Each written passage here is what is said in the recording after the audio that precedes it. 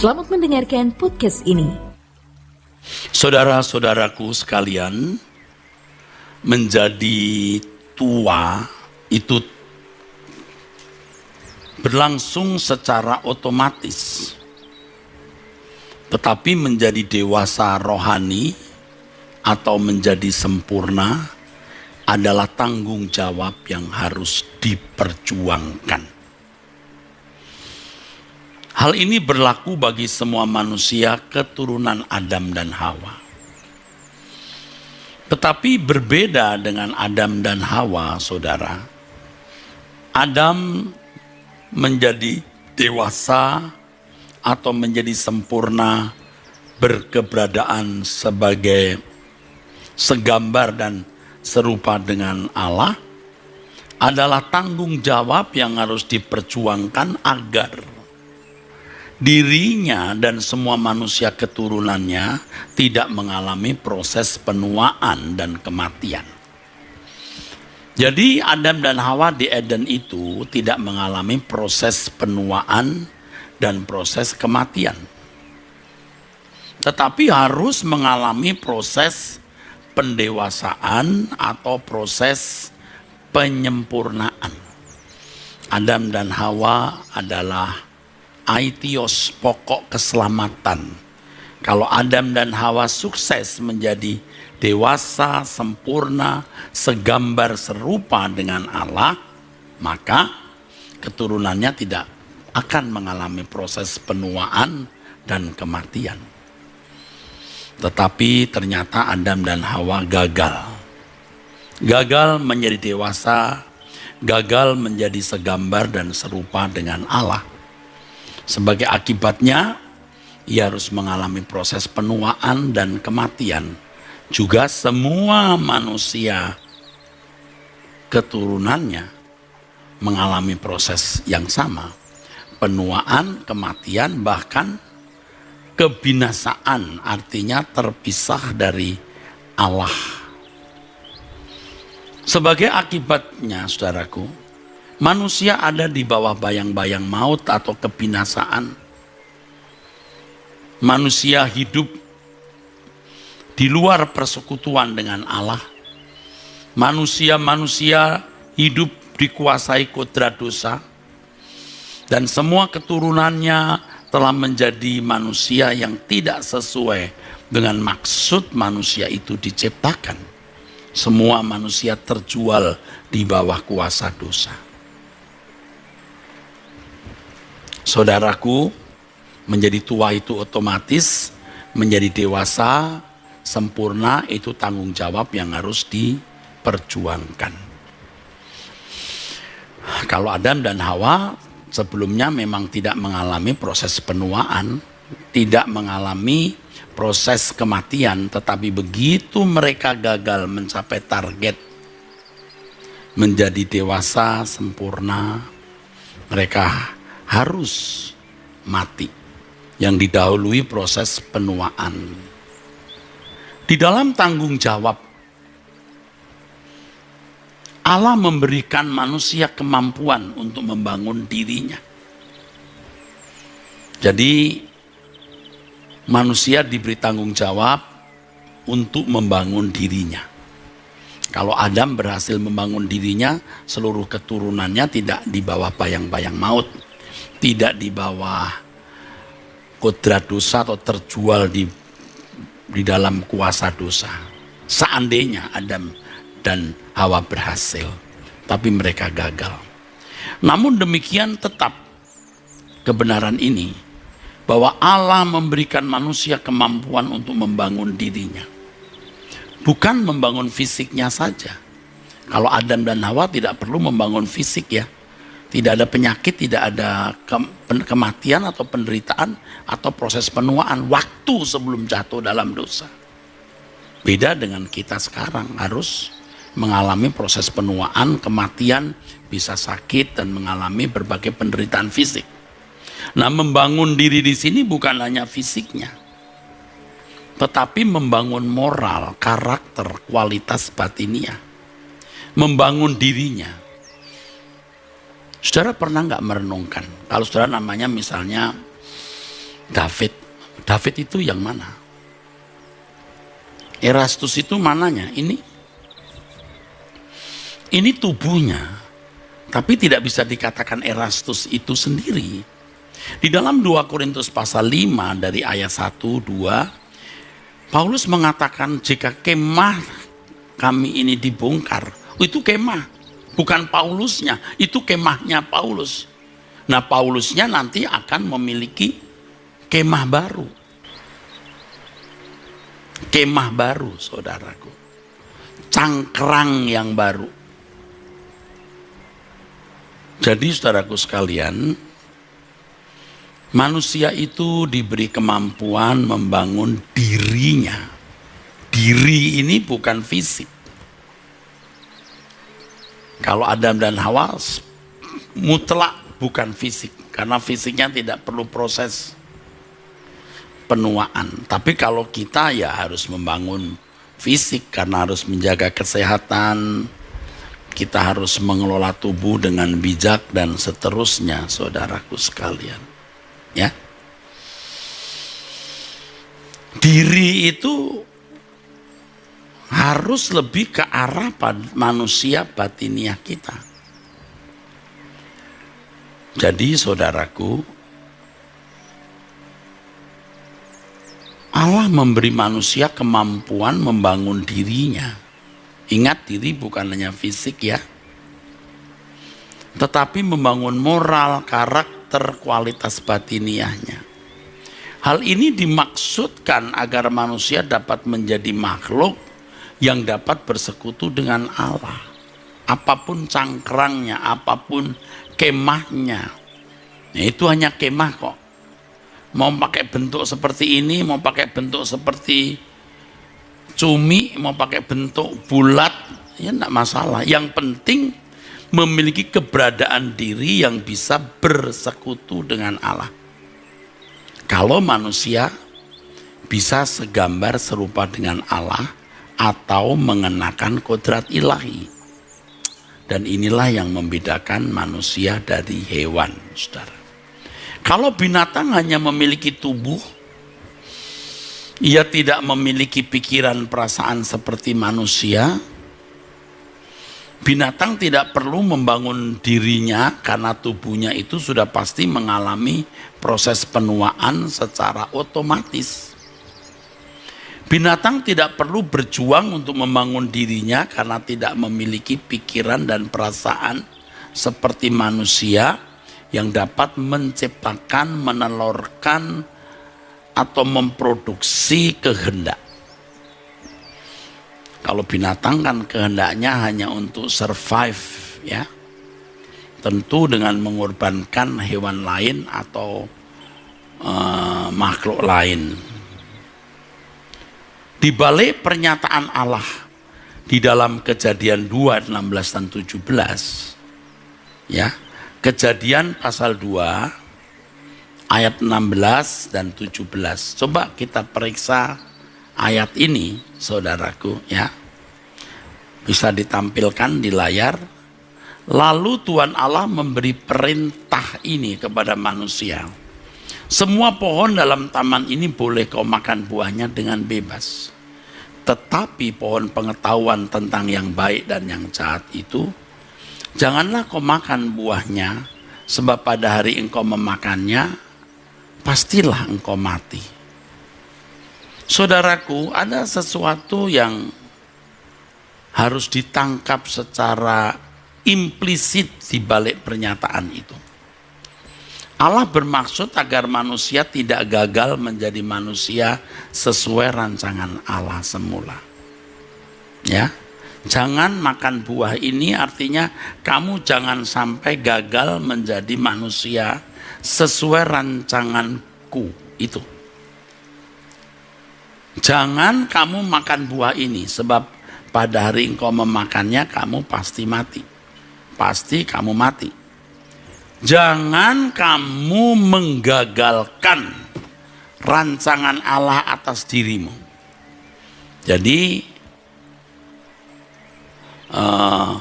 terwujudnya realisasi rancangan Allah di dalam kehidupan manusia itu juga ditentukan oleh peran manusia itu sendiri. Allah memiliki bagian, manusianya juga memiliki bagian, saudara.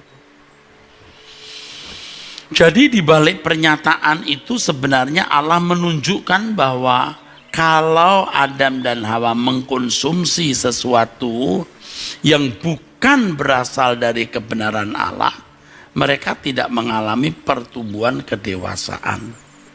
Mereka tidak akan mengalami kesempurnaan, tidak mencapai kesempurnaan maksud saya, seperti yang dikehendaki oleh Allah. Kalau mereka makan buah itu, mereka akan gagal menjadi manusia sesuai rancangan Allah semula. Mereka tidak akan pernah menjadi manusia yang memiliki gambar dan rupa Allah. Oleh sebab itu mereka harus mengkonsumsi kebenaran Allah oleh tuntunan Roh Kudus agar mencapai maksud Allah menciptakan manusia itu. Nah, kebenaran Allah ini diwakili atau disimbolkan secara figuratif oleh pohon kehidupan. Jadi Tuhan sebenarnya mau mengatakan, kamu makan saja semua buah di taman ini untuk tubuhmu. Ya, itu memanage tubuhmu. Tetapi kamu juga tentu harus makan buah dari pohon kehidupan. Karena itu memanage jiwamu. Ini penting karena jiwa batiniah justru itulah dirimu. Fisik ini kan hanya cangkrangnya atau kemahnya, saudaraku. Kamu boleh makan buah di taman ini sama dengan kamu harus makan buah di taman ini. Karena kalau tidak makan mati. Dan manusia hidup bukan hanya dari roti atau makanan jasmani atau buah fisik. Tapi juga buah dari pohon kehidupan. Manusia hidup juga dari firman. Nah, ini pohon kehidupan. Manusia dirancang Allah bukan membangun dirinya di atas dasar apa yang baik dan jahat. Tetapi harus dibangun di atas dasar apa yang diinginkan atau dikehendaki oleh Allah. Bukan pengetahuan yang baik dan jahat, tetapi kehidupan. Dalam hal ini hukumnya bukan tatanan baik dan jahat dari sumber lain, tetapi tatanannya Allah sendiri. Dan itu yang membuat manusia teosentris, bukan law atau hukum sentris. Dengan kalimat lain, apa yang baik dan jahat tidak boleh berdasarkan perspektif manapun, tetapi harus dari Allah yang adalah sumber kehidupan. Itu maksudnya, saudaraku, ya. Jadi, saudaraku, pohon kehidupan itu figuratif, simbol dari kebenaran Allah, sedangkan pohon pengetahuan yang baik dan jahat itu figuratif, figurasi dari simbol ukuran baik dan jahat bukan berdasarkan Allah. Atau kalau berdasarkan Allah, itu standarnya tidak sesuai rancangan Allah semula. Itu yang tepat.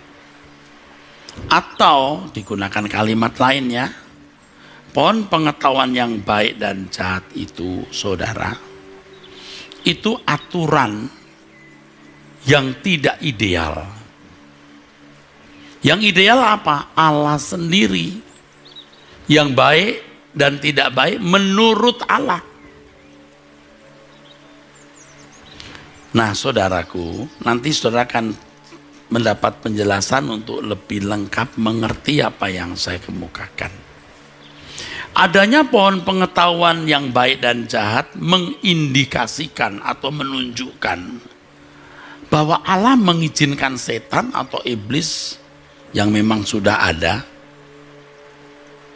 yang sudah jatuh dalam pemberontakan kepada Allah, ada di dalam taman diizinkan ada dalam taman.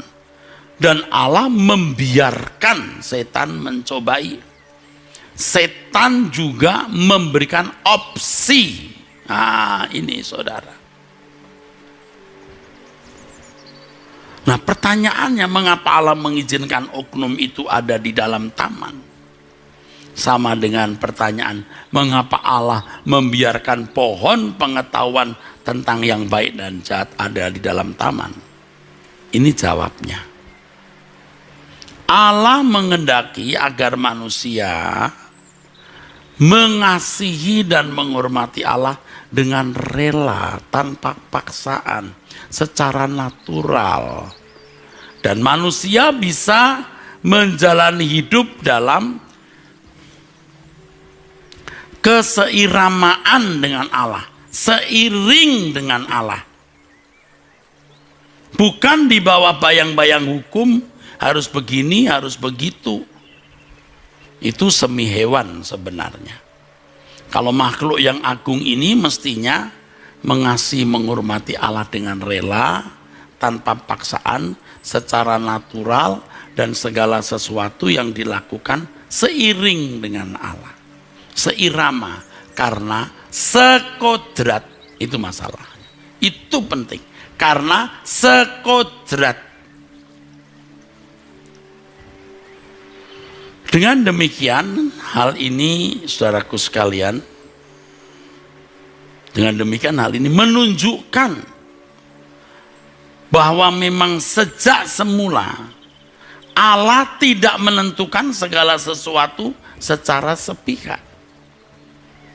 Artinya Allah tidak membuat Adam dan Hawa itu seperti robot yang diatur remote control atau dibuat programnya.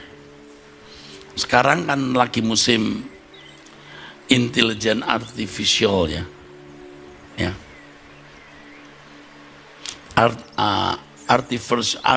Artificial intelligence maksud saya ya. Dan saya juga sudah menyaksikan itu. Robot yang ditanya, siapa namamu? What's your name? My name Josie. Ditanya ini, tanya itu bisa. Kota apa yang kamu sukai? Lalu siapa Allah? Dia jawab. Tetapi pasti berdasarkan definisi yang sudah dibuat oleh manusia, diprogramkan. Ya. Saya tidak percaya robot bisa memproduksi kehendak sendiri secara natural.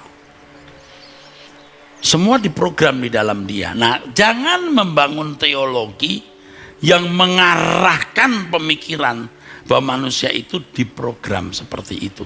Dan itu tuduhan jahat terhadap Allah. Sebab nantinya kalau manusia itu celaka atau tidak celaka ya tergantung dari pihak yang memprogram.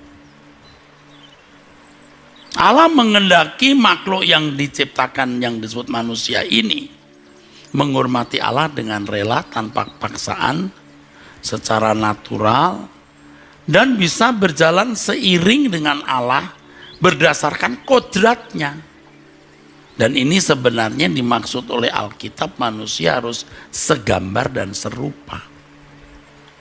Wah, itu pengertiannya luar biasa saudaraku. Ada bagian yang Allah harus penuhi, tetapi ada bagian yang manusia harus penuhi.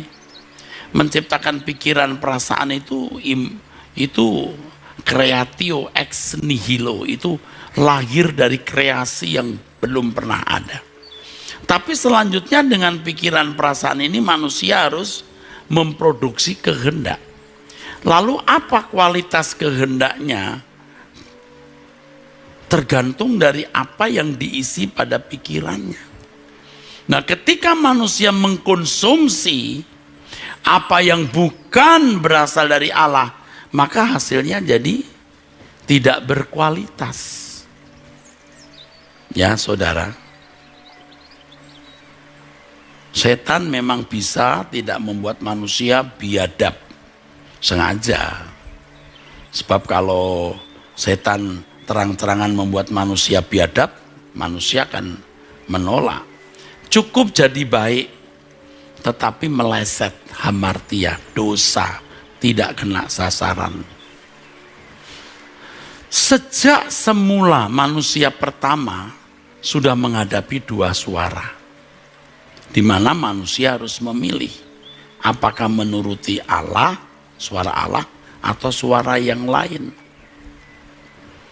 Apakah manusia bertumbuh ke arah Allah, menjadi segambar dan serupa dengan Allah, atau memang bisa tidak biadab seperti binatang, tapi meleset, cukup merusak rancangan Allah. Meleset saja cukup merusak rancangan Allah.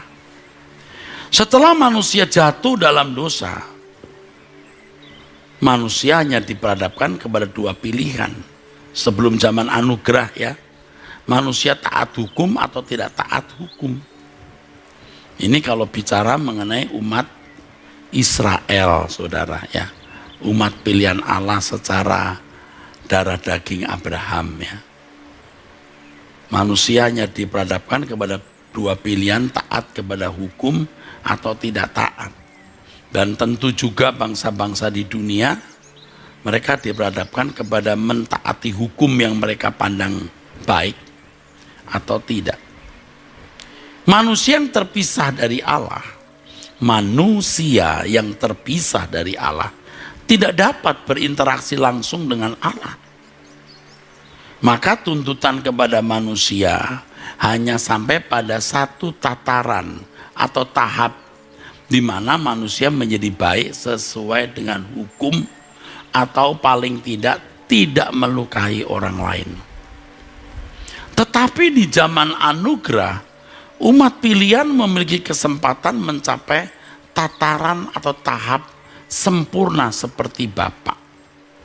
Sebab manusia yang menjadi umat pilihan yang ditebus oleh darah Yesus itu mendapat pembenaran, bisa berinteraksi dengan Allah, diberi Roh Kudus dan memiliki Injil kebenaran. Jadi tidak bisa menyamakan diri kita dengan Abraham yang punya gundik-gundik atau Daud yang punya beberapa istri. Abraham saja punya banyak gundik, Pak. Ya, Daud aja punya beberapa istri, Pak. Mereka belum seperti kita, saudara. Kita bisa belajar dari Daud mengenai kasihnya kepada Allah. Dari Abraham, kesediaannya menurut apapun yang Allah perintahkan. Kenapa Allah tidak memerintahkan Abraham monogami? Ya, Abraham tidak akan sanggup dalam dunia atau suasana dunia waktu itu. Tetapi kesediaan Abraham untuk mentaati apapun yang Allah perintahkan, itulah yang harus dicontoh. Ya saudara, makanya menjadi Kristen seperti kita hari ini berat sekali, saudara. Hukum diberikan kepada manusia agar manusia menjadi tertib. Tertib dalam ukuran kebaikan manusia yang relatif. Relatif sesuai dengan hukum yang dipahami. Di tempat A berbuat ini salah, di tempat B bisa tidak salah. Tapi kesediaan mentaati hukum itu tetap dinilai baik. Jadi manusia ya relatif lah, saudaraku, bisa mencapai kebaikan yang relatif. Artinya ya tergantung dari sudut pandang hukum yang dipahami. Tetapi kalau Tuhan menjadi hukum bagi kita, tidak relatif. Sebab Allah itu Allah yang berdaulat. Kehendak Allah tidak relatif, tapi mutlak berdasarkan apa yang Dia ingini. Tidak bisa digoyang ke kanan atau kiri, lalu ada ada kompromi-kompromi, tidak bisa. Makanya kalau hukum itu hanya bisa sampai permukaan saja. Membunuh, menghabisi nyawa orang, berzina, melakukan hubungan seks di luar nikah. Tapi kalau urusannya dengan Allah, ini sudah batin, saudaraku. Tidak bisa. Ya. Tidak membunuh berarti dia tidak membunuh secara fisik, berarti dia tidak membunuh. Tuhan berkata, kamu membenci sudah membunuh.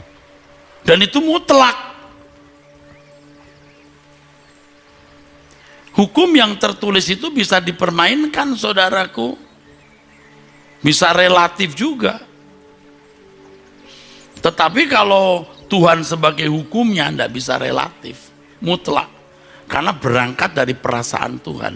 Hebat ya. Mesti ngerti kebenaran ini. Saya terus terang waktu mempersiapkan khotbah ini, saya mikir, ini nanti bisa dimengerti nggak? Makanya kalau nggak duduk manis nggak ngerti.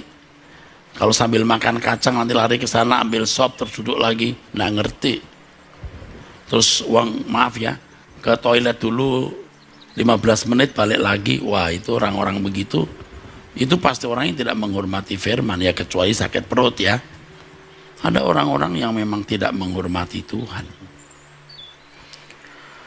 Kehendak Allah itu tidak relatif tapi mutlak, berdasarkan hakikat Allah yang suci, adil, sempurna. Nah, itu makanya tadi saya katakan, jadi umat pilihan itu berat sekali. Bagi bangsa Israel atau orang-orang Kristen yang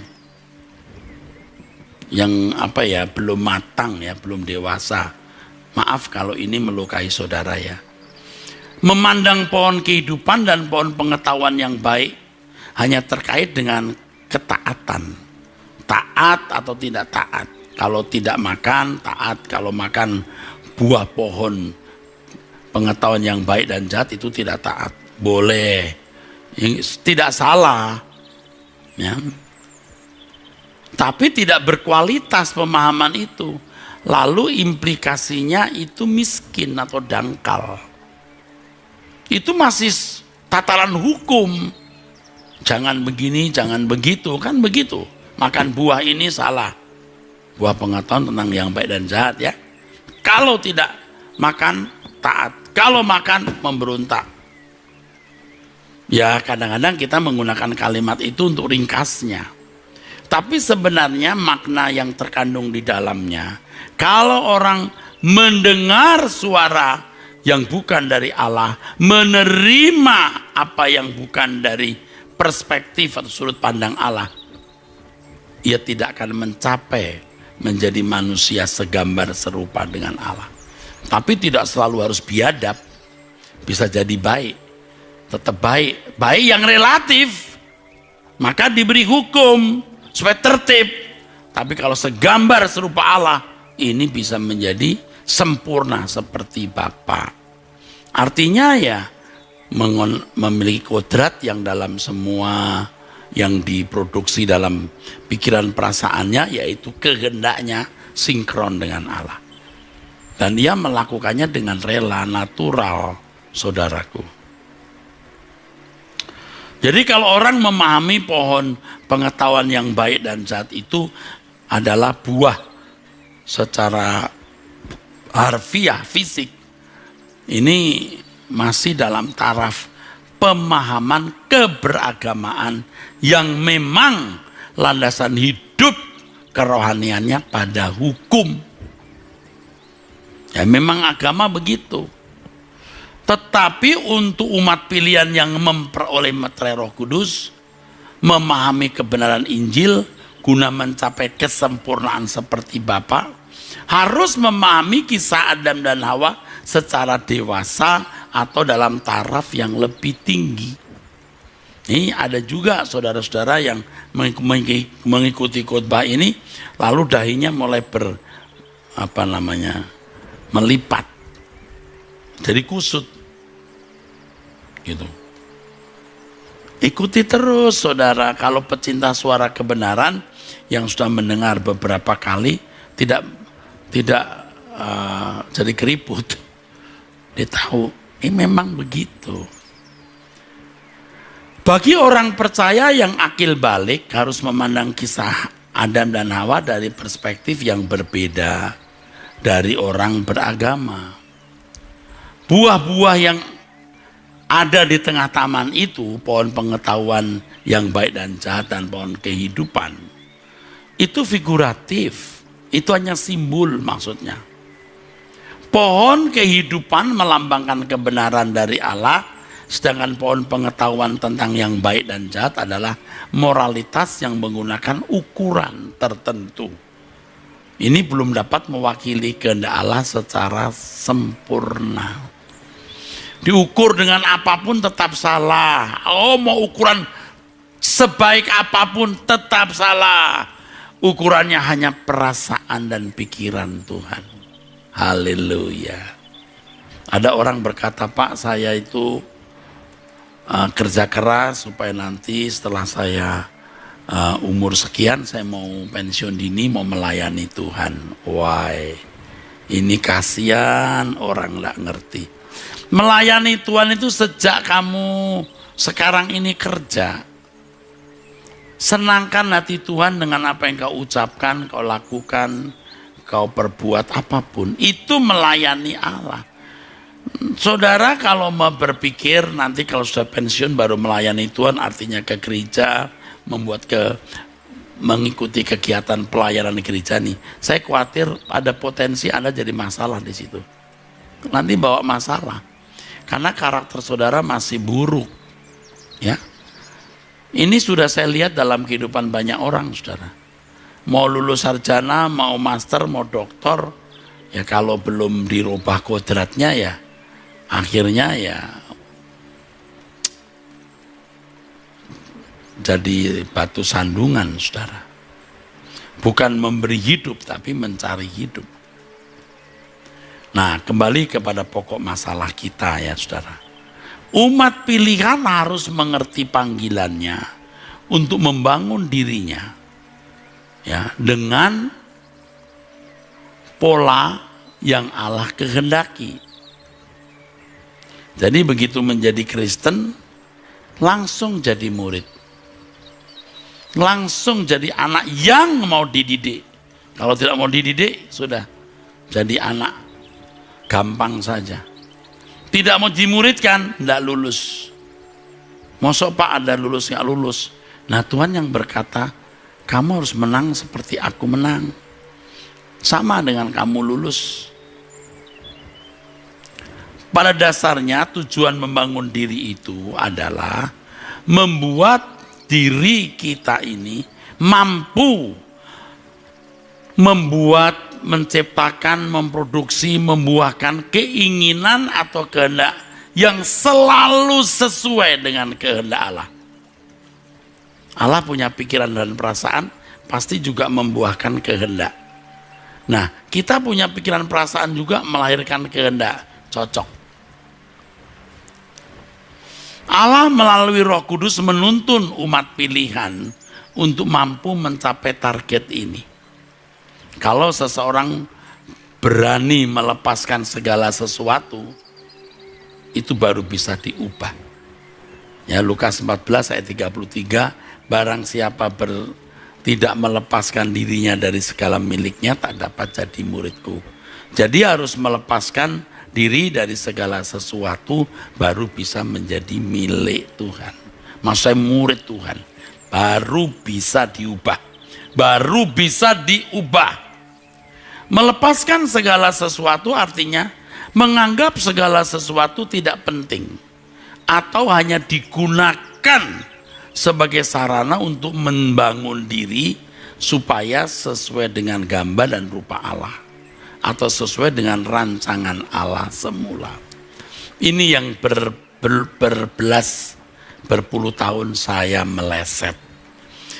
Saya bukan orang jahat, orang biadab, tidak bermoral. Saya tentu orang baik yang karenanya saya bisa mencapai prestasi hidup seperti hari ini.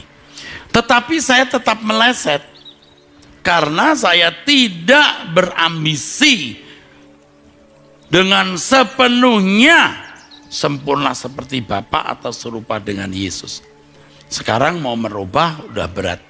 Tapi puji Tuhan, lewat didikan, hajaran, pukulan, mau tidak mau kita diarahkan ke situ. Jadi kalau kita studi, kita kerja, menikah, apapun itu demi membangun diri. Tapi sayang ya, banyak orang mengenal dirinya itu kan ini, harus pakai cincin berlian ini, harus pakai baju bagus ini, rumah harus mewah. Coba. Aduh, saudara, setelah saya disadarkan Tuhan lebih besar setelah 15 hari masa pengasingan di rumah sakit, saya terkena COVID itu. Wah, saya jadi banyak murung juga, saudara. Ada murungnya. Kenapa? Betapa berat hidup ini. Bagaimana menjadi sempurna seperti Bapa, tak bercacat, tak bercela. Lalu lihat lingkungan. Aduh, kok banyak, hampir tidak ada orang ngerti. Kehidupan ini kehidupan yang beresiko bagi orang percaya. Resikonya adalah melepaskan segala sesuatu lalu ikut Tuhan Yesus. Ikut gaya hidupnya. Kita tidak akan menemukan apa-apa dalam hidup kita ini, saudara, kecuali mengambil resiko, yaitu hidup dengan hanya satu tujuan, menjadi sempurna seperti Bapa atau serupa dengan Yesus. Ini resiko. Mengapa disebut beresiko? Sebab kehidupan yang harus kita kenakan adalah kehidupan yang dikenakan Yesus. Jika tidak, bukan Kristen. Jika tidak, berarti tidak melakukan kehendak Bapa. Jika tidak diterima di dalam kerajaan surga. Matius 7 ayat 21 sampai 23. Tidak melakukan kehendak Bapa itu dibuang. Jadi kalau selama ini banyak orang Kristen merasa tidak ada resiko kok menjadi orang Kristen, dia tidak mengerti kebenaran. Biasanya orang-orang seperti itu termasuk teolog dan pendeta-pendetanya telah diracuni doktrin yang membuat hidup kekristenannya tidak beresiko. Hidup kekristenan sejatinya padam. Padam, apalagi kalau sudah yakin dirinya dipilih Allah untuk selamat. Sudah, tidak ada resiko hidup. Udah dipilih, bro. Mau kapanpun ada apa-apa, pasti akhirnya selamat kamu. Bahaya itu. Umat pilihan yang berani mengambil resiko untuk hidup serupa dengan Yesus, ini artinya sempurna seperti Bapa, dikembalikan ke rancangan Allah semula, berkodrat ilahi. Itu pasti memiliki gairah yang berkualitas tinggi. Tetapi biasanya di mata manusia mereka dianggap sebagai orang bodoh atau terlalu fanatik dalam hidup kekristenannya. Tetapi kalau kita sungguh-sungguh berani mengambil resiko ini dan kita memiliki gairah yang berkualitas tinggi, kita terbebas dari ikatan percintaan dunia atau belenggu keindahan dunia ini. Sebaliknya orang-orang yang tidak berani mengambil resiko, tidak berani mengambil resiko hidup menurut kehendak Allah, digerakkan oleh passion atau gairah yang membawa dirinya kepada kebinasaan. Sayang manusia yang memiliki potensi membangun dirinya, dia tidak membangun dirinya, membangun tubuhnya dengan arloji bagus, dengan mobil bagus, rumah bagus, physically, kebesaran nama, kehormatan, pujian, sanjungan. Padahal manusia yang berkualitas ini diciptakan Allah, yang punya potensi segambar serupa dengan Allah ini, mestinya memuat, memikul gairah yang berkualitas tinggi. Apa gairahnya? Melakukan kehendak penciptanya. Dah, itu aja. Udah itu saja, nggak ada yang lain. Nah dulu kan kalau saya ini, saya sajalah ya. Kalau saya kan paling kenal diri saya. Gairahnya gereja besar, jemaat banyak, dan lain sebagainya. Memang tidak menyalahi manner di mata manusia itu. Tidak menyalahi norma manner umum. Attitude saya juga dianggap benar. Tapi kalau dilihat dari kacamata Allah, makanya kita bertobat. Orang yang hidupnya digerakkan oleh gairah dunia ini, itu orang-orang miskin yang tidak menggunakan potensinya sebagai makhluk kekal. Dah balik seperti hewan, saudara. Mari kita makan minum sebab besok kita mati. Padahal di balik kematian ada kehidupan. Maka semua kita ya melakukan pekerjaan ini harus dengan satu motivasi untuk hidup kekekalan. Itu ya. Suatu hari orang kan sadar betapa bodoh mereka itu. Saya sudah menjumpai beberapa orang yang menyesali, saudaraku, perbuatan salahnya. Ketika masih kuat, duit banyak, dia tinggalkan anak dan istrinya. Dia menikah lagi, punya anak lagi. Lalu di hari tuanya dia miskin sampai stroke. Anak dan istrinya yang sah datang membesuk. Dia sudah miskin, gak punya apa-apa, lalu menikah. Kalau tidak salah dia menikah dengan orang tidak seiman pada mulanya ya. Dia menangis terseduh-seduh melihat istri dan anaknya. Sudah terlambat. Kalau dia bisa bicara, dia akan berkata, perbuatan segila apa sampai bisa begini. Nah, ini juga terjadi pada waktu pemberkatan nikah. Ketika anaknya sukses berhasil ya. Anaknya tidak mau didampingi bapaknya yang mengkhianati ibunya. Jadi si wanita yang cantik dan memiliki masa depan baik dengan calon suami atau dengan pasangannya didampingi oleh ibu dan omnya. Bapaknya duduk menangis terseduh-seduh. Rasakno kowe. Tapi itu pun masih belum hal besar. Nanti itu di kekekalan orang akan sangat menyesal atas kebodohan yang mereka lakukan selama hidup di dunia. Ketika tubuhnya diangkat, dirinya tidak didandani. Perbuatan gila apa ini? Kenapa aku tidak tahu? Tuh. Tapi hari ini sombongnya Nasti nggak mau ngerti. Nggak mau ngerti. Makanya saya akan ngomong lebih keras. Tapi saya juga harus bercermin pada diri saya sendiri. Saya ditantang oleh khotbah saya. Aku menantang diri saya sendiri. Ayo, penuhi khotbah yang kamu ucapkan. Ketika orang mati dan tidak mendandani diri, tidak menggarap dirinya, dia baru sadar bahwa dia hidup tanpa tujuan. Sebab dunia ini dengan segala keindahannya bukanlah tujuan. Amin.